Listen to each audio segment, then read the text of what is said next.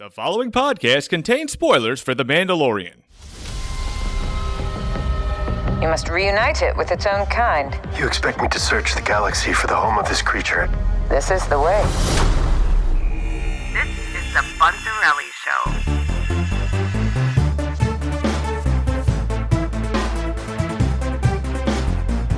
We've been pretty much focused on The Mandalorian, and it's been a crazy great journey, and we've been hitting it episode per episode.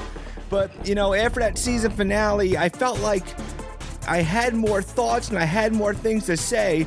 Luckily, joining me with a fresh perspective, I got Bob back on the show. I can't do a season without him. So, Bob, thanks for being here, buddy. Yep, glad to be here. So, Bob, how'd you feel about, before we get into the deep stuff, how'd you feel about The Mandalorian as a whole? The Mandalorian as a whole, I enjoyed it a lot. And it's one of those shows that I just love every second of. Yeah. It's just done so well, and especially for a TV show, because I know it's streaming, so it's not a TV show, but it is a TV show. But like the production level for it, it's like HBO, Game of Thrones level production. You know what I mean? And it's so cool that there's so many more shows that are at that level now. Yeah, you know what I mean? So yeah, man, I loved it, and I think it was done real well. And I like how every episode is kind of like, this isn't anything new this particular season, but every episode is like a standalone thing. Yes. Even though it's a running story, I like the whole thing. Like, you know what it's like Highway to Heaven was like that, or the Scott Bakula show back when we were kids. Yeah, Quantum Leap. Every episode is its own standalone thing, but it's got that running storyline going. And it last season was awesome, and I was like, I hope they can keep it going. And it just got progressively better. Yeah, every episode too. That was another thing, was each episode was just, it got better and better and better.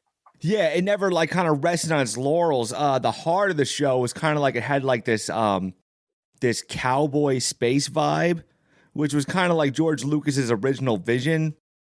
But yeah, it's just like that loner gunslinger. A lot of the visuals in the movie scope is because Jon Favreau, this technology, when he was doing The Lion King and what was the other one? The Jungle Book. When he was doing those live action ones, this technology where it was like this giant movie screen, like this dome movie screen. So what it is it's CGI. But what happens is when the actors would move in front of the film, the dome, their shadows and the lighting would all work kind of correctly. So it wasn't just basically like a George Lucas, like they're all in front of a green screen. So I never had. Obviously, when the big ships fly by behind them, I figure green screen. Yeah. But you don't think CGI a lot watching it. Yeah. And, I feel silly now not thinking it, but I'm thinking they're out in the desert shooting, and then they're just adding in the ships. Well, because it was done so well. It's just the way the lighting and their shadows, it all like worked appropriately, and they were able to pan the cameras, but not pan like the digital scene and make it look fakey. Like they're actually standing in front of this desert scope, but it makes it sound to go shoot out in front of a desert, and it makes it more, because it didn't do crazy like George Lucas like prequel trilogy stuff. It was just, it looked like simple sets that you would see. It was Tatooine, it was deserts and stuff. But what they did was, they didn't have to go shoot out in a desert, or they didn't have to travel to like different places, and it made it more cost effective for a TV show. Yeah, now that you mention it, looking back, I don't remember at any point, because even in big budget movies, like there's things you say, like, okay, that looks a little fake, like think like Avengers movies. Yeah. Every now and then there'll be a shot of the Hulk where like, okay, that looks kind of video game-ish or cartoonish. You know what I mean? But you let it go. It's a movie. It's a movie, so whatever. Yeah. But a TV show, like think like Star Trek, or like old like sci-fi shows where they were just cheesy as heck. Yeah. Like there was never a moment I was watching a show where I was like, oh, that effect was cheesy. Mm-hmm. You know what I mean? I didn't even think of it till you mentioned it. It was done real well. And it's surprising to me too, like how much Jon Favreau contributed. Yeah. Because I knew he directed it. And I'm like, oh, that's so cool. The guy from Swingers is doing Avengers, and he's doing this show. And then I seen at the end of the episode, did he write it? He the wrote. writer? So he collaborated with Dave Filoni. Now That's the Star Wars guy that they pulled on just to make sure they didn't do something against the story. I know they pulled in somebody or a few people. He kind of served that purpose, but what he did was this. Dave Filoni did Clone Wars with George Lucas when George Lucas was still doing it. So Dave Filoni basically worked hand in hand with George Lucas. When Lucas sold Disney and then Dave Filoni starts doing Rebels and actually goes back to Clone Wars, he's still in charge of the animation and everything. But he basically was George Lucas's apprentice. Like he basically, and he was very passionate about Star Wars. You could find videos of him talking about certain stuff, but he created Ahsoka with George Lucas. Oh, okay, yeah. Yeah. She was awesome. Yeah, she's from the Clone Wars. She's from the cartoons. Gotcha. Yeah, so he created her with George Lucas. That was a big deal. They brought her to live action and everything.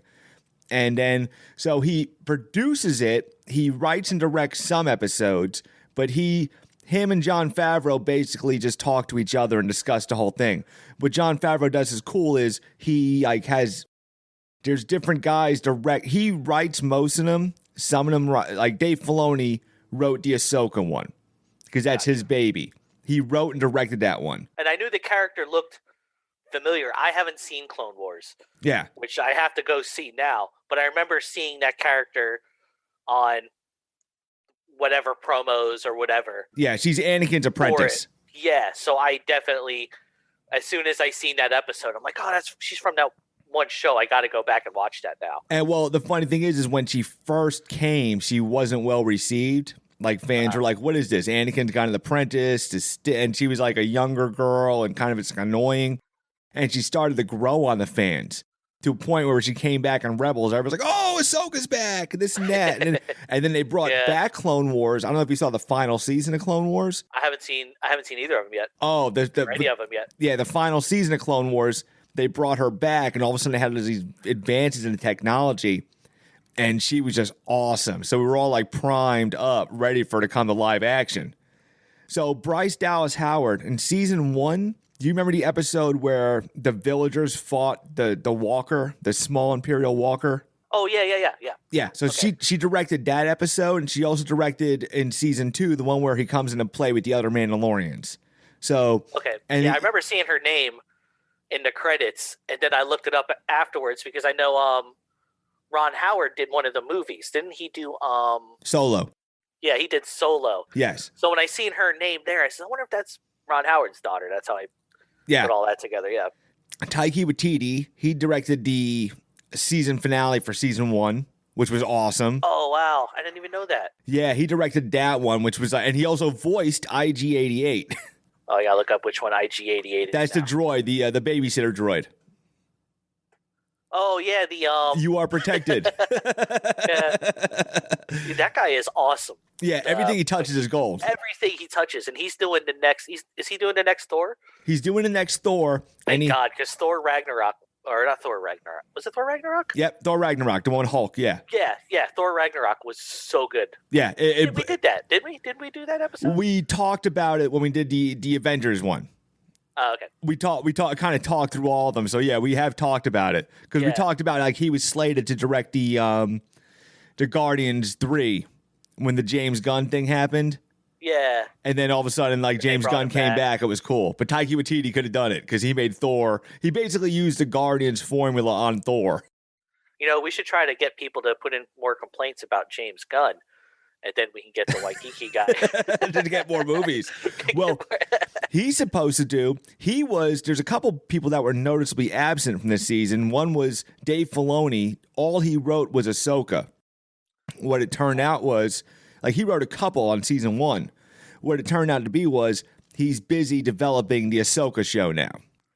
Because Disney Plus realized they struck gold with this Star Wars on TV.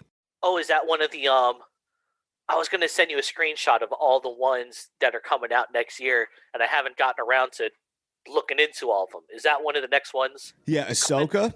And Dave, oh my God, Dave Filoni's going to write every episode, and he's basically like he's the steward of that character. Like that keeps the consistency of Clone Wars and Rebels and all that Taika Waititi, nothing's been revealed, but he's supposedly working on some undisclosed Star Wars movie. Yeah. So he's working on that. That's why he didn't write anything for season 2. The big one, well, the cool one. Let's you know what? Let's zero in on a show, but let's talk about Boba Fett. Oh yeah. Yeah. So oh man, was that the first episode where they found his armor? Yes, that was Cobb right? Vanth, and it was a great first episode because it still was kind of like the Mandalorian roots. Yeah, and because he finds it on that random ship, and he helped them out, or he gave them the Jawas crystals or something. Yeah, and then he got that suit. I'm like, that's Boba Fett's suit. Yeah, and it was cool too because I didn't because I never want to look stuff up because I'm scared of. Because so much stuff has already been written or done in books or stuff that I haven't seen, or like Clone Wars. I haven't seen Clone Wars. Mm-hmm. So for me, I enjoy it more being surprised. Yeah. I didn't know the timelines until the very end because I was like, well, that looks like Boba Fett's armor, but I don't know when this takes place. So I didn't realize that it was in between. Yeah, it's like 5 years, or it's supposed to be like 5 or 10 years after Return of the Jedi. Yeah, that's why they way off of it for some reason. Yeah, like they'll say things like New Republic because the Republic is rebuilding, but they won't say First Order. You're starting to see seeds of that because you see the Empire still kind of struggling to keep alive, but you're not really getting the main. You know, I mean, a lot of the stuff they're doing with Grogu, Baby Yoda, it's kind of pointing without saying is like towards like the coming back of Palpatine or Snoke or something like that. Because like the cloning scientists, they don't straight up just say it to you because we as the audience kind of figure it out. So now, did you know? Because I'm a guy who doesn't know all the history as well, and you're a guy who knows it. Okay. Did you know who Grogu was from any of the other? No. Okay, so when Grogu was as new to you. Yes. Okay. Yeah, he got introduced in The Mandalorian. We all called him Baby Yoda because he just looks like Baby Yoda. Right, yeah. but he had a name, and they wanted to tell us his name, so they used Ahsoka as an excuse. And Dave Filoni's funny. He's like, yeah, I wanted to bring back Ahsoka, but I wanted to do it right. So I thought, he could tell the name. Like, no, you wanted to bring Ahsoka back, bro. That's not why you did it. Don't lie to us. You just wanted to bring her back. We don't blame you. We're glad she's back. Yeah. Oh, one thing about it. I know we're jumping all over the place. No, it's okay. It's what we do. One thing that stunk was because I saw it late.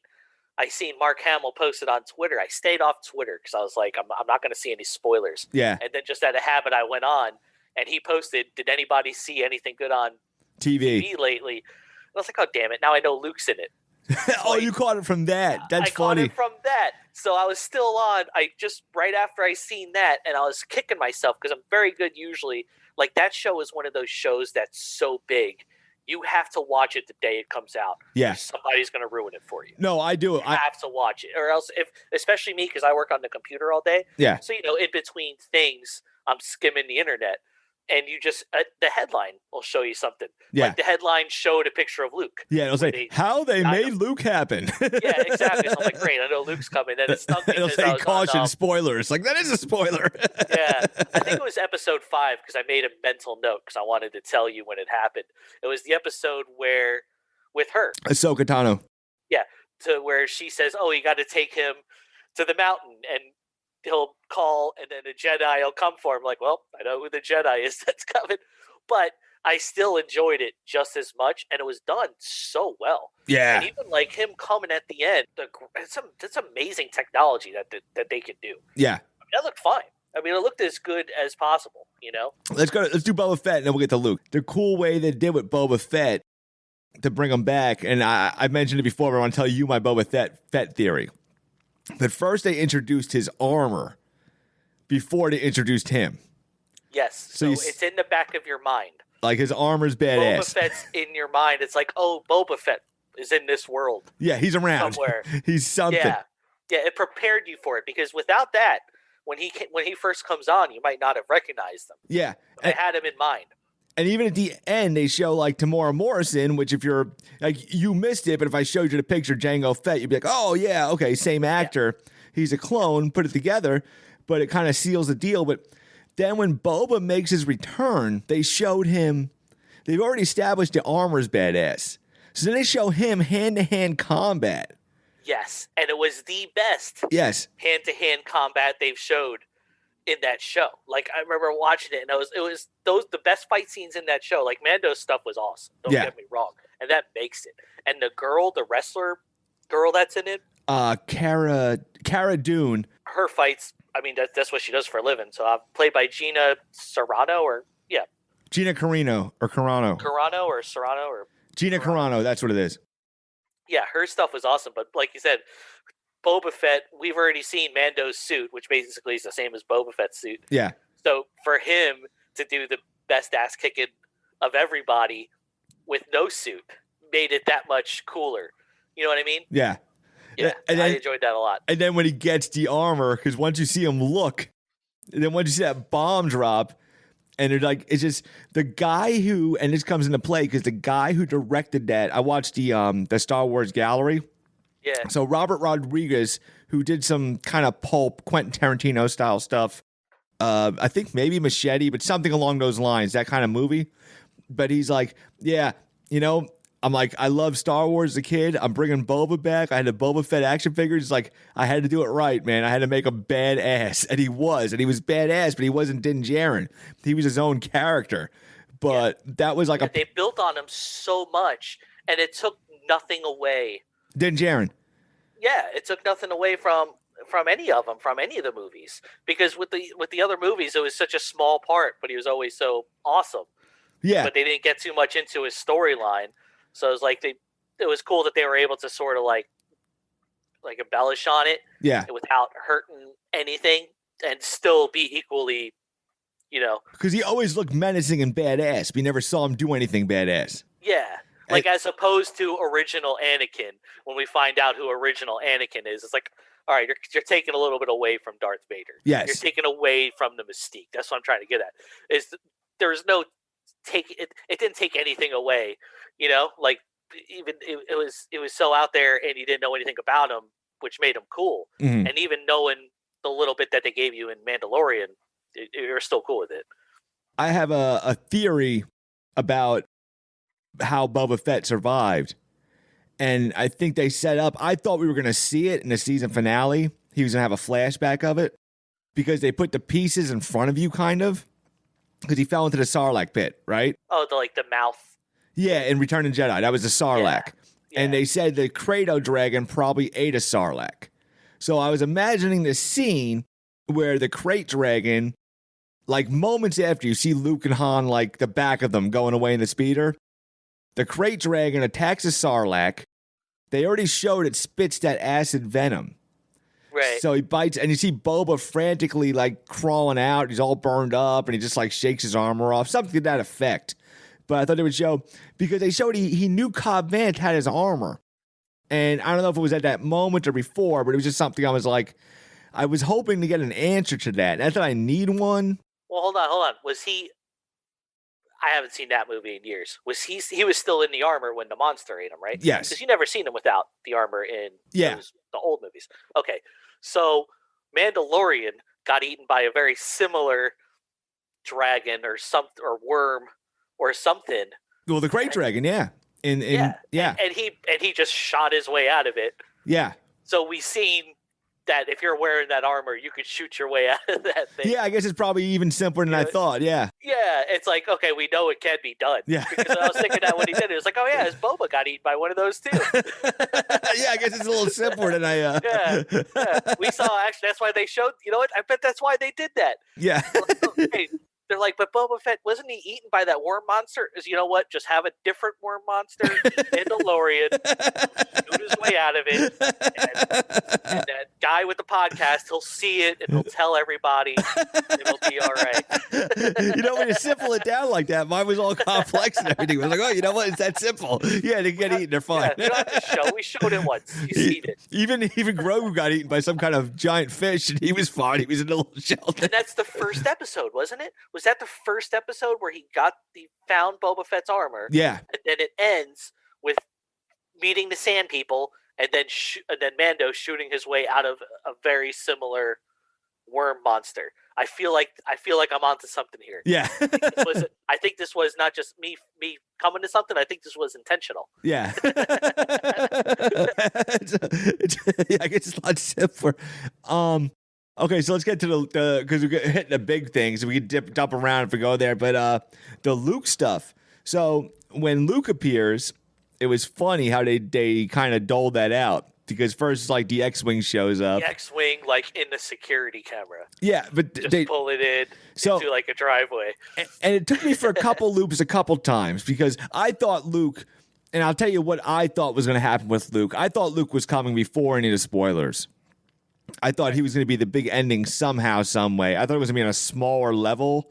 Like he was just going to grab the kid at the end and be like, I'm here, let me take the kid. Yeah, yoink. But she goes, oh, great, one X-Wing. Because I thought they were setting up something before when the Mandalorian makes his peace with the New Republic guys. And it was going to be one, and then all of a sudden, and Caim said the same thing. They're going to be like, zoom, zoom, zoom, zoom, like the rest of the X-Wings are going to come. Right. But all of a sudden it goes in the hangar real slow. And then I see the hood, and I'm like, okay, are they taking us for a ride? Is it going to be Ahsoka? But how would she get an X-Wing? But then they show the green lightsabers, almost like telling the audience, like, no, this is it, folks. Is that just him? Is he the only one with the green one? No. And Obi-Wan, maybe?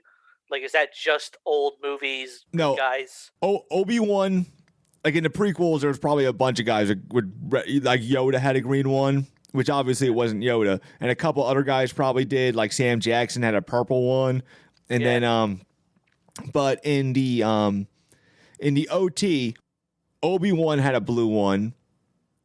That's why it gets confusing because he gave Luke Anakin's, which was a blue one, but he lost that one when he got his hand chopped off, and then Rey gets it later. So later, Luke makes the green one, and that's what he had in Return of the Jedi, or even Empire Strikes Back, where Vader's like, I see you constructed your own lightsaber. That's the one Luke built. So in Jedi time, Luke had the green one. After every movie that I watch, or in this case, show, I feel like I have to go back and watch all of them again. Yeah. Because all the Easter eggs, like if you didn't just watch it, especially because like these trilogies are 10 years apart. Yeah. So like, you missed a thing. You might see like, oh, that's that lightsaber. Where I'm just like, oh, it's a lightsaber. Yeah. You know what I mean? Yeah, there's like nearly like at that time, like anybody else, like when you see the green, but then you catch the glove, like the black glove, and they're like, okay. And then as it's happening, you start realizing it's happening, but it's like he pulled his hood off, and because there was rumors of Sebastian Stan was going to play Luke. I seen that. Yeah. And they're saying now. And I seen that. I think that might have been one of the things that spoiled it too. Is I seen a follow up thing to where now that happened, maybe Mando 2, he would step in. Or I keep thinking Mando 2. Mando 3. Watch Mando 2, so it'd be Mando 3. Yeah. Maybe Mando 3, he would be in as and that'd be a good way to because I have a feeling with Boba Fett having his own show and Mandalorian losing Baby Yoda. Mandalorian, the show in itself, is going to have a hard time. Like, okay, well, how can we compete with ourselves, our own team here, and stay relevant? You know what I mean? Well, here's the kind of, I don't want to say it's a problem I had with it, but because I was watching it with like episode for episode with Caim, okay? Yeah. And when I did the finale, I think he had the same problem as me because we were kind of like vested into Din Djarin. The Mandalorian, okay? They were throwing a lot of interesting stuff about, like, they showed Boba Fett. Then they show real Mandalorians. Like, straight up from Mandalore. And it's like... the girl Mandalorians, they were good. Yeah, they're from Clone Wars. Like, Bo-Katan, the actress the actress that played Bo-Katan played Bo-Katan's voice in the Clone Wars and in Rebels. Oh, wow. What are the odds that a voiceover actress could also do that? Yeah. You know what I mean? Well, because she was an actress first. I think she's from Game of Thrones or something like that. She's from a show I watch that actually Dad turned me on to, Longmire. Okay. Yeah, because I had to look it up because I'm like, I know that face. It's Longmire. She was she had red hair in Mandalorian. She was blonde, but yeah, she's good. Yeah, and then she they kind of showed you the stuff, and I'm like, okay, they're showing this really interesting thing because like when they show like Din Djarin started taking his mask off at certain times, And when he had his back against the wall, and that one episode before was awesome with the Empire stuff when he was on the ship and he had to take his helmet off. And I'm like, wow, this is really interesting because now he's like, they were building a real interesting storyline with him. And it's like, okay, he's starting to question his own, like who he is and everything. Right. And what's going to happen with that. And then like, I love the season finale. I love the whole season and everything. Here is my problem. And it kind of goes into the spinoffs and stuff is like, I got really invested in the Mandalorian himself. Like Din Djarin.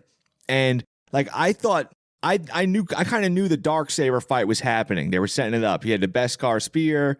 They showed Beskar could stand up to lightsabers and things like that.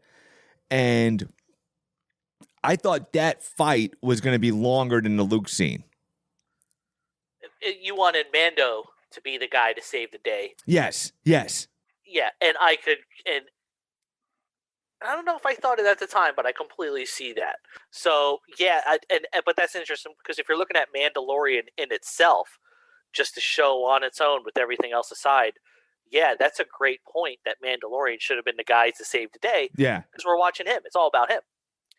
But the reason I didn't notice it, because even with the spoilers, I'm just so thrilled to see Luke show up. Yeah, and that's how I felt. I have such a nostalgic thing with him that it overshadowed that. Well, you know and that's kind of the piece I made with it too, because I was like, well, what did I come into the show for? I came into the show for great Star Wars, and it was great Star Wars. The whole point was the Mandalorian. And he got him there. Mandalorian got Grogu there. Yes, yeah, and he was the kind of the straight man in this whole universe unfolding. So it was awesome. Here's what I'm hoping. What I'm hoping is because Boba Fett's gonna get his own show, which is great. Because I definitely want to see, like, that's the Breaking Bad Star Wars I think we're going to get. Yeah, him and the girl that was Fennec Sand. Yeah. Both actors and both characters. Yes. I liked a lot.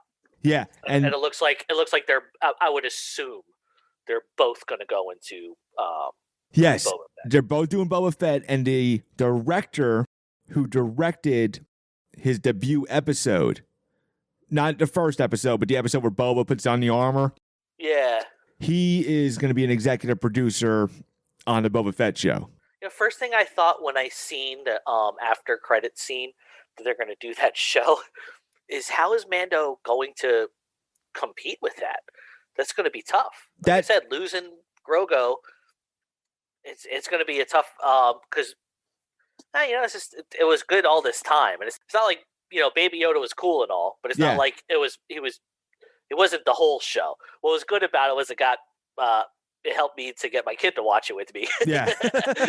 Oh, even my wife was the same way. She would just start watching TV. She's like, oh, he's cute. And start watching the show. Yeah, just exactly. It's on. Got them to sit down and watch it with us. Yeah. Well, that's kind of how I made my peace with it because, like I said, it was great Star Wars TV. What I'm hoping is that we get the rest with Boba Fett because Mandalorian will take a year off.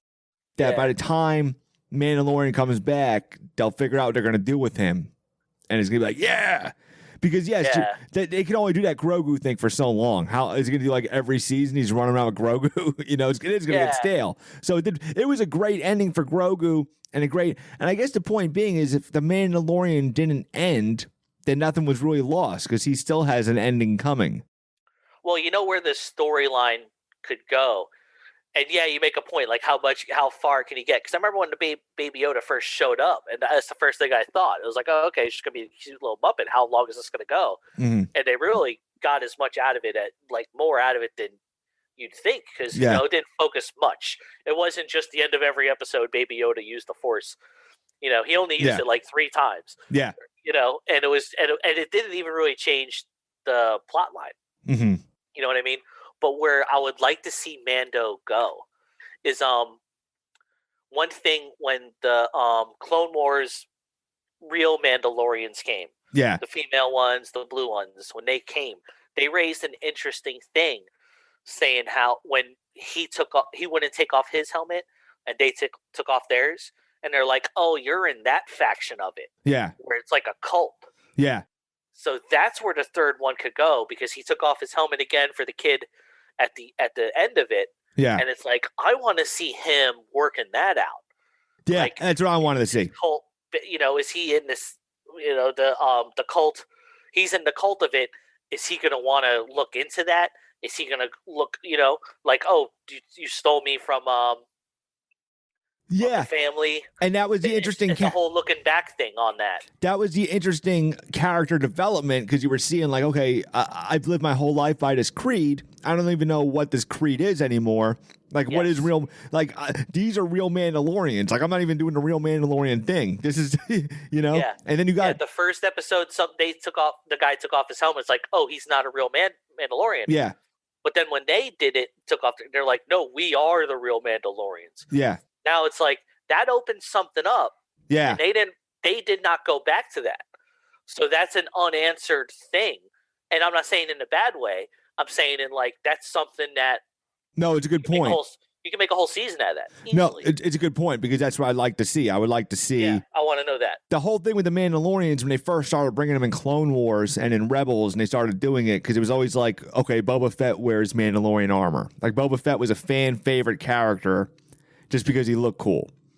And so they developed, he wears his the helmet. Yeah, the helmet. He was so cool. He was quiet, and there's like everyone wanted his action figure, and he got this fan following, and so everyone's like, oh, he wears this armor from this race called Mandalorians. They started exploring that, this and that. I never got that. Like, when I would see it in Clone Wars and in Rebels, it's like, okay, they want to show us the guys look like Boba Fett. Okay, I get it. Da-da-da. But now all of a sudden, I'm like, wow, now I'm like, you finally sold it to me. Like, I finally think this Mandalorian stuff is cool. And it'd be interesting to see, because they were kind of decimated, but it's like, what is the future of the Mandalorians? Do they kind of regain some kind of society, or, Yeah. Or him? Funny, this whole show is almost a Boba Fett backstory. No, the Mandalorian thing was created to give some imagination to Boba Fett's backstory. But now what they did was they made it richer than him. Where even Boba Fett says, "I never claimed to be a Mandalorian." It's just And that's right. And that was cool. I don't. What do you say? I don't answer to anybody. Yeah. But then it turned out that he was a foundling. Jango. A foundling. He wasn't. Jango was. He was a clone of Jango. Right. Now Jango was the one in the Attack of the Clones. Attack of the Clones that asked for a clone that wasn't fully grown. And that was Boba. Was the kid. Yes. And then the kid was Boba Fett. Yes. Correct? And then the kid's Boba Fett. And then in the trilogy from the 80s that we grew up on. That's Boba Fett. Skywalker. That's Boba Fett. Yes. Now, that same Boba Fett is what we seen in Mandalorian. The character, not the same actor. Right, yeah. But it's the same character, but you've never seen the face of that. No, but that's Boba Fett that got... Yeah, that's Boba Fett that took Han Solo, that hung out with Jabba the Hutt. Yeah. That's Boba Fett. Yeah, and it was cool because that trilogy wasn't that long ago, and they shaved his head and put all the tats on him and everything. Yeah. He looked awesome, but you still recognized him as the guy from the second trilogy. The prequels, you mean? Yeah, the prequels, sorry. Yeah. Well, because it's been 20 years since we were kids. We were like 14 when we went to see the prequels. Yeah. Or maybe 16. I was the only one driving at that time. So it was like, so he's 40 years older, but if you think of he's aging naturally, it kind of just works out with everything. Yeah. Because he's obviously going to be older than after he's going to be old at that time. Yeah, and he looked good. Yeah, he looked great. He was kicking butt. Oh, the bow stuff, he's actually trained in that martial arts. Like, he did that stunt by himself, like the bow stunts. That was him. He was the only guy with the helmet off, kicking butt left and right. Yeah. With a freaking staff, like a shepherd. But that was the cool part, because you're like, we know Mandalorian armor is cool. Let's show him that he's cool before we put the armor on him. So when the armor's on him, which Cobb Vanth showed us how badass the armor is. Remember Cobb Vanth? He's like, hey, watch this. He bends over, shoots a rocket. It's just like, exactly. He doesn't even know how to use it. He's badass. The sheriff. Yeah, the marshal. He's like, hey, look what I can do.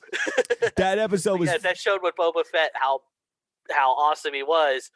and you're watching him, you're like, I can't wait till he gets his costume.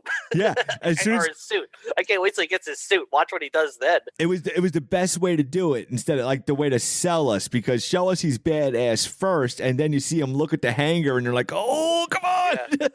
Yeah. Now you know why he's the last of his breed. Yeah, but when he had that conversation with the Mandalorians, was kind of cool. When my joke was 2 Mandalorians walk into a bar, and they start like talking to the other Mandalorians, and he goes, we're not all bounty hunters, because Din Djarin was a bounty hunter. That's how he started. So he's like a sneeze away from being Boba Fett, a sneeze away from being Bo-Katan. He's like between them. But they had like this discussion they had, kind of summed up everything. He's like, you're not a Mandalorian. He goes, never claimed I was.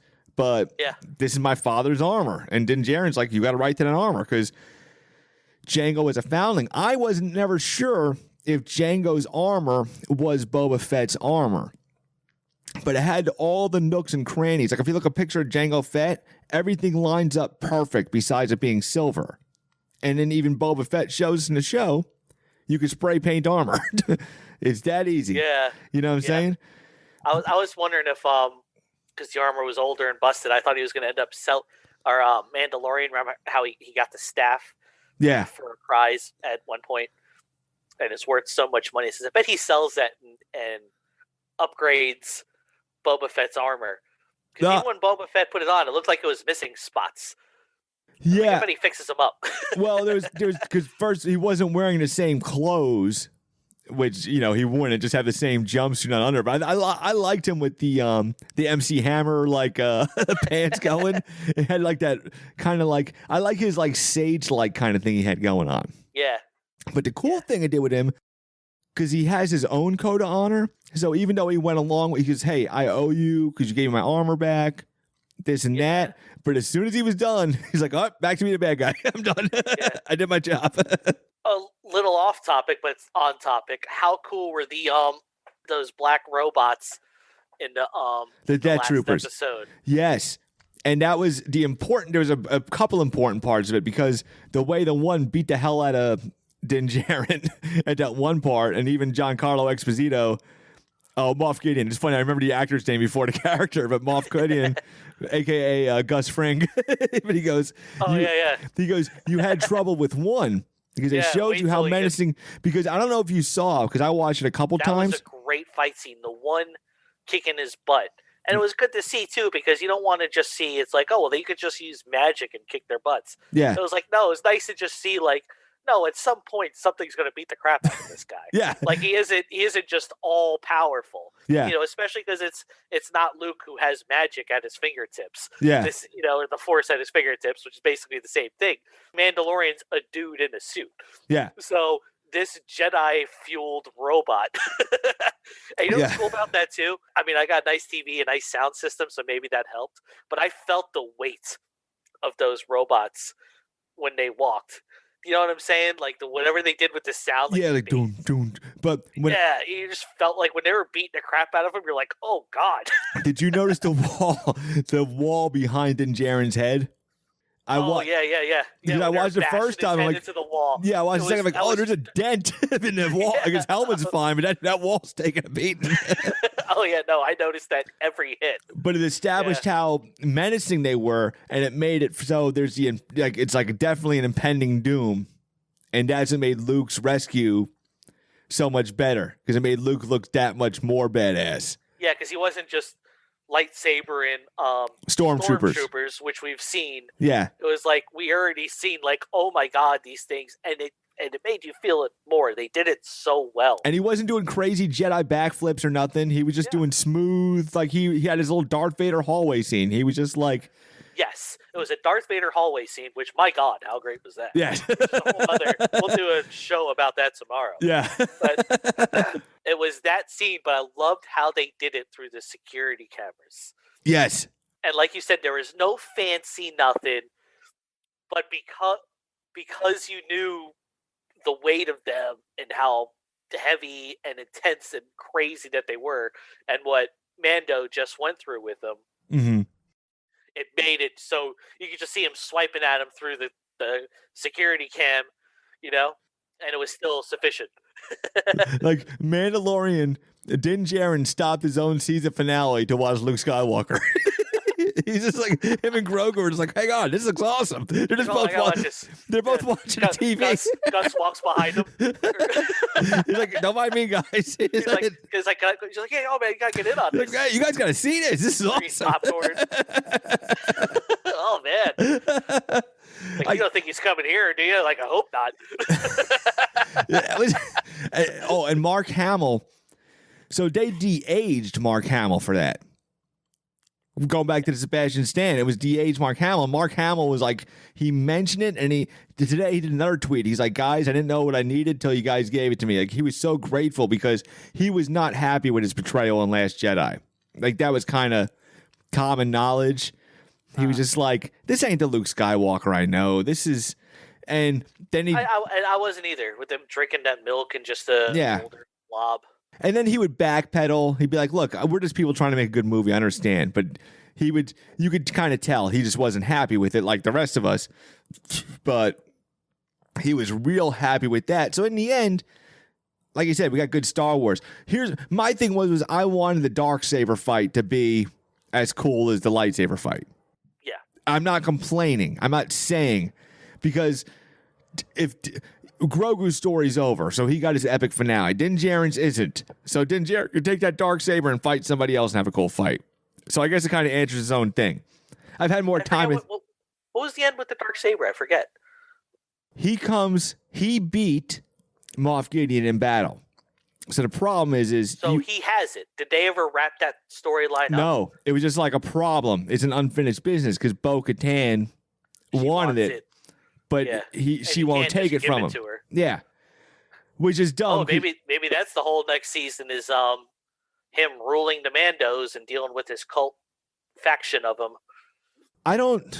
Yeah, it's weird. They left themselves a lot of outs. If it was his last episode, I would have been like, okay, I was a little disappointed because of that. Just because I am vested in Din Djarin. Like, I liked him. I got really attached to him. Yeah. But since it's not his last episode, it gets better. So it was good. Yeah. It was a good season finale. They left it was open-ended. It ended the Grogu story. It didn't wrap it up, but it is just a season finale, not a series finale. Yeah. I thought it was fine. Yeah, I always thought the Darksaber fight was going to be the series finale. And all of a sudden, like, I rule Mandalore, and that was the end, like the reluctant Mandalorian becomes the king of Mandalore, and which could still happen. So now let me ask you this: have you seen the rumors about the actor that plays the Mandalorian whining about not taking off the mask as much? Do you believe them?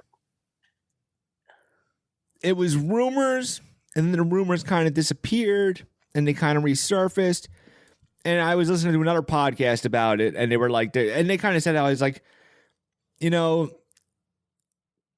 don't know, but it's like, it's not like he's that hard to replace. You know what I'm saying? Yeah. It's not hard to replace, and it's really he said, she said over whether it happened or not. But I seen a recent answer, because I only finished it recently. And usually I wait till I finish it to start looking into what people are saying. Yeah. So I only just started that. And I did see an article where it was his reply to it. And it did seem genuine. Because usually you can read those things and think like, okay, did his press person write this for him, or is this genuine? And his thing was like, he goes, I signed on to make a good show. And this made a good show with him having a helmet on and not showing his face. And he goes, I think that contributed to the story, and I was all for it. And for whatever reason, some genius might have wrote that for him, even though he threw a hissy fit. But I actually, for whatever reason, whatever it was I read, I believe that he said that and everything. Yeah, the reason I bring it up is because I want to make sure I'm hoping that they bring him back, because I like that actor a lot. He was in Narcos. I don't know if you've seen Narcos, but he was in. I know he was. He was in Narcos, which is the greatest show on Pedro Netflix. Pascal. That's who I'm thinking. Pedro Pascal. It's the greatest show on Netflix ever. Yeah. If you have Netflix, you have to watch Narcos. So, okay, I'll check it out. And so in this show, he was very good. In Wonder Woman 84, which you haven't seen yet. No, not yet. Nothing. He was in it. He was very good. Okay. But Narcos, he was fantastic. So my thing is, I don't think he needed to show his face. No, I think it was just some dumb rumor. I think it was just, some dumb rumor. Because then go ahead. You never saw like a Jon Favreau response or, anybody else. Yes. You never saw anybody from the show saying anything. That's why it was all Yeah, BS. No one felt that they had to acknowledge it. So somebody, I was listening to Rebel Force Radio because I listen to them after I do mine because I want to hear a podcast about the show, but I don't want to steal anything from them. So I listen to theirs after I do mine. I even stopped doing that for a point because they would say like a point and I'd be like, I don't want to use that. Yeah, and it starts making you go that route. Yeah. You start thinking about it. You're like, oh, you know what? That is a good point. Maybe he is in this, blah, blah, blah. Yeah, but now that we wrapped up the show, I was like, okay, so I started listening to their episodes to listen to it. Now, really, the thing is you give credit where credit's due. But they were saying on their show, they were like, do you notice how when Pedro Pascal, when he took the helmet off, he was moving his body as if he was still wearing the armor. He was very stiff. He was playing it like this is a guy that's used to wearing armor all the time. Huh. So he was still kind of like he wouldn't just turn his neck; he would turn his whole body. And I watched it again. I kind of caught that a little bit. Like he really cared about. He really acted the heck out of it for what he did for being under a helmet. You guys will read that guy's emotions really good. Yeah. Yeah, and it's crazy to think because you would never think you could watch a series about somebody where you never see their face. Yeah. That's something. Yeah. And it never felt like anything was missing. It never felt like you got the emotion. So that's a testament to, like you said, body language. Yeah. Which is a thing. And the voiceover work. You know what I mean? I don't know how much one versus the other, and I don't know. I assume it's voiceover work because I can't imagine that they got good sound with him talking through that mask.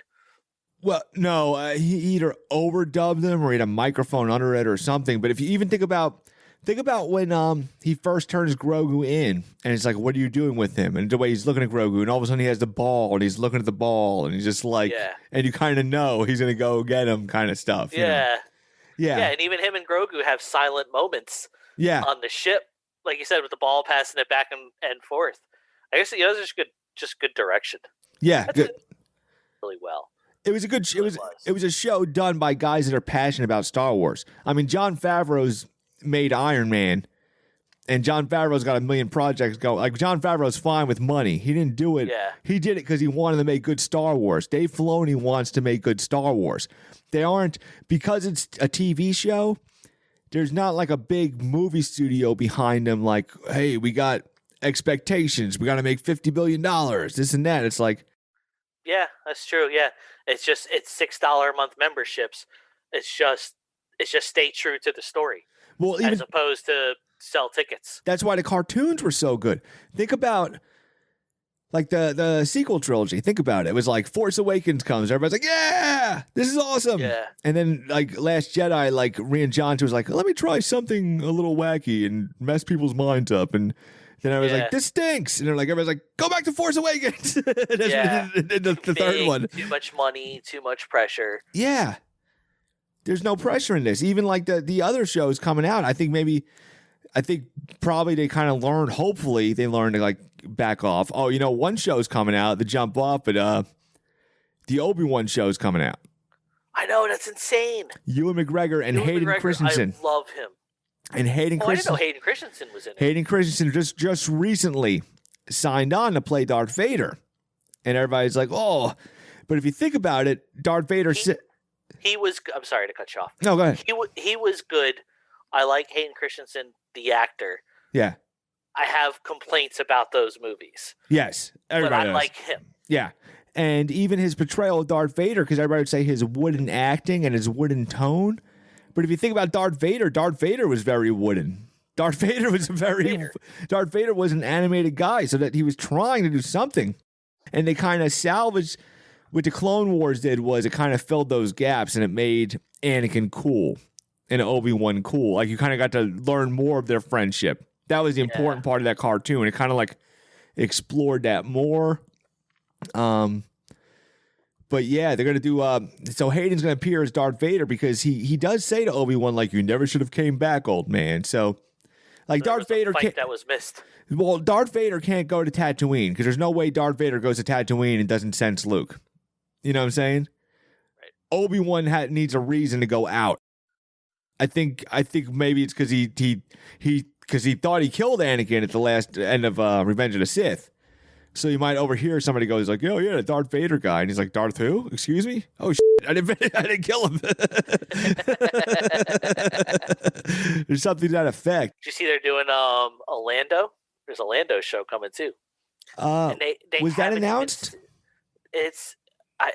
I think you're right. Yeah, it's been announced, but it's still so new that they haven't said if it's Donald Glover or the older guy that played him in the original. Oh, Billy D. Williams. Billy D. Williams. Yeah. So that's how new it is that there's going to be a Lando, but they haven't even said which Lando it's going to be.